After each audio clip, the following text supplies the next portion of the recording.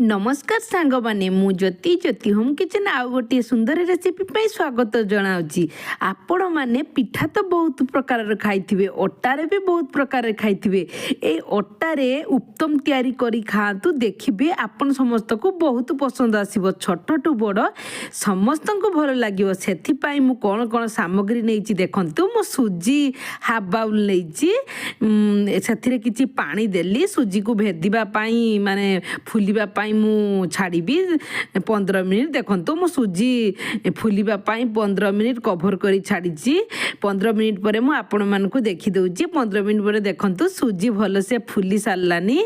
आशा करछि आपण मानकु एही रेसिपी बहुत पसंद आसीबो। हेल्दी रेसिपी ओ खाइबा पई बहुत टेस्टी, छोट टू बड़ समस्ते पसंद करिवे। देखंतु मु अटा किछि नेइची, मु अटारे करिछि, मैदारे करिनी। हेल्दी अटा गोटे बाउल नेइची। सुजी फुलला परे मु अटा देला परे अल्प अल्प पानी देई गोटे बेटर को माने अल्प पानी नुहे एमती बहलिया बेटर प्रस्तुत कर नेबी। मु जेउपरि भाबरे करूची आपण माने सेउपरि भाबरे करिवे, देने परफेक्ट प्रस्तुत हबो। मु वेजिटेबल उत्तम तयारी करची। सेति पई किछि परिबा को नेइची, आलू, पेप्सिकम, बीन्स, बंधा कोबी, टमाटो, पियाज से सब को नेइची। से सब देला माने मु सबू जे बेटर रखी से सब परिबा को सेथिरे मु देदेली। देला परे स्वाद अनुसार किछि लूण को सेति देली। जीरा गुंड हाफ चामच मु देइची।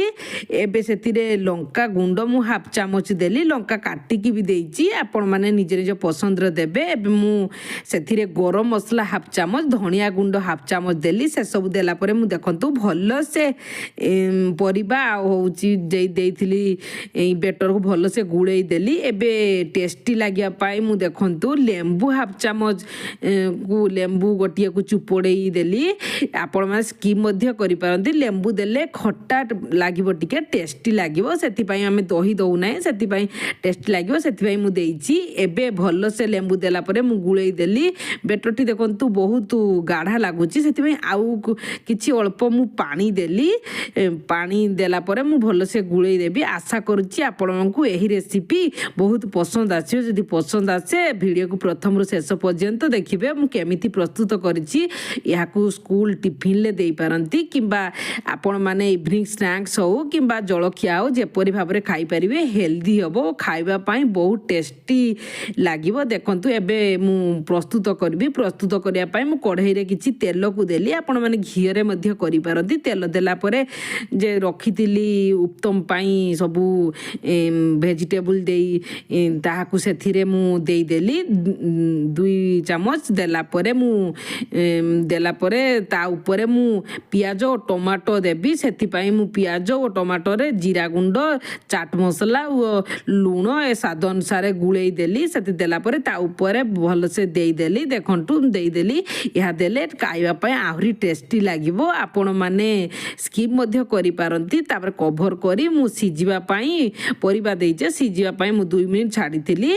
देखंतु 2 मिनिट परे मु कवर खोली देखि दउची। गोटिए पाक हैला परे मु अन्य पट को लेउटेई देबी। से पट मध्य कवर करी पुणी 1 रु 1.5 मिनिट एमिति छाड़ीबी। देखंतु मु पुणी 2 मिनिट परे कवर खोली देखि दउची। परिबा तो एबे भल से सिजी सारिची। एबे उत्तम भी प्रस्तुत होई सारिची। देखंतु एई परि भाबरे मु 2 पाख भल से हैला जाय फ्राई करी नेइची। देखंतु कम तेल रे हेल्दी जलखिया आपण माने जदी इंस्टेंट किछि प्रस्तुत करबा पई चाहुचंती, हेल्दी खाइबा पई चाहुचंती, एही परि वेजिटेबल वाला उत्तम प्रस्तुत करि पारंती ओ आनंद रे सहित खाई पारंती। देखंतु सेकंड पिठा भी प्रस्तुत करि नेली। एबे मु सेही परि सब गोटिए परे गोटिए प्रस्तुत करि देबी। देखंतु ता देला परे मु गोटे चामच तेल देली। एबे कवर करी जेमिति प्रथम पिठाटी प्रस्तुत करथिली सेही परि भाबरे द्वितीय पिठा को प्रस्तुत कर नेची। आशा करछि आपण मानकु बहुत पसंद आसीबो। एही परि मु सब पिठा को प्रस्तुत कर नेली। या को आमे खाली भी खाई परिबा, आपे तरकारी सहित भी खाई परिबा, आचार सहित भी खाई परिबा, जे कोनसी सहित खाई परिबा। बहुत पसंद अछि। वीडियो को प्रथम शेष पर्यंत देखिथिबार धन्यवाद। गला बेले चैनल को सब्सक्राइब कर